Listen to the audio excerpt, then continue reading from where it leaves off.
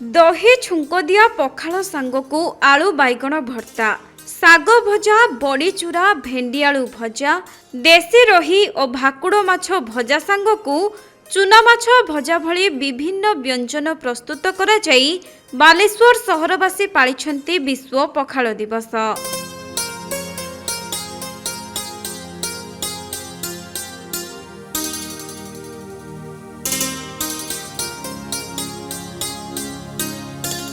तेबे काली मंदिर दुर्गा पूजा कमिटी और चैरिटेबल ट्रस्ट पक्षरु बालेश्वर रे पखाल दिवसर आयोजन करा जायथिला।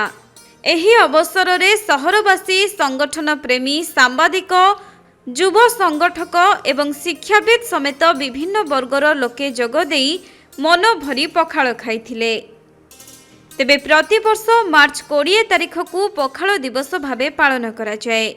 20 तारिख गुरुवार पड़ुथिबारु अधिकांश व्यक्ति आमिष खाती नहीं, तेणु काली मंदिर दुर्गा पूजा कमिटी और चैरिटेबल ट्रस्ट पक्षरु बुधवार दिन अर्थात गतकाली पखाल दिवसर आयोजन करा जायथिला एवं समस्ते मन भरी दही पखाल सांगकु सुआदिया आमिष और निरामिष व्यंजन खाइथिले।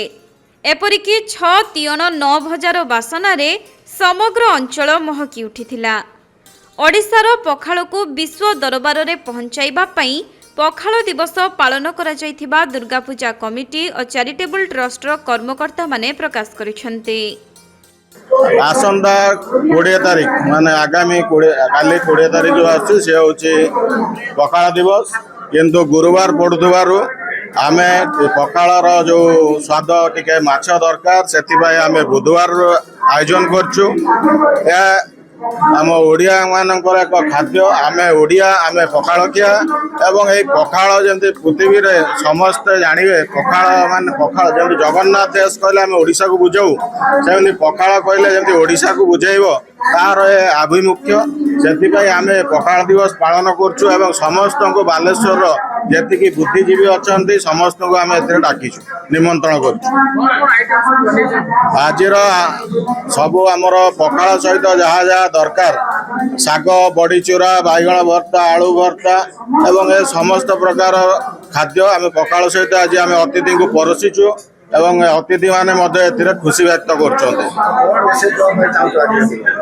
समस्ते पखाल भाया हूँ एसिडिटी समाज रु दूरभूत हो पखाल खाइले एसिडिटी हुए समस्त मन सफा हो समस्ते शांति रुहतु पेट ठंडा रही मन ठंडा एवं समाज कार्य करने समस्त आग बढ़े समाज आगू केमती बढ़ से दिगरे आम चेष्टा कर।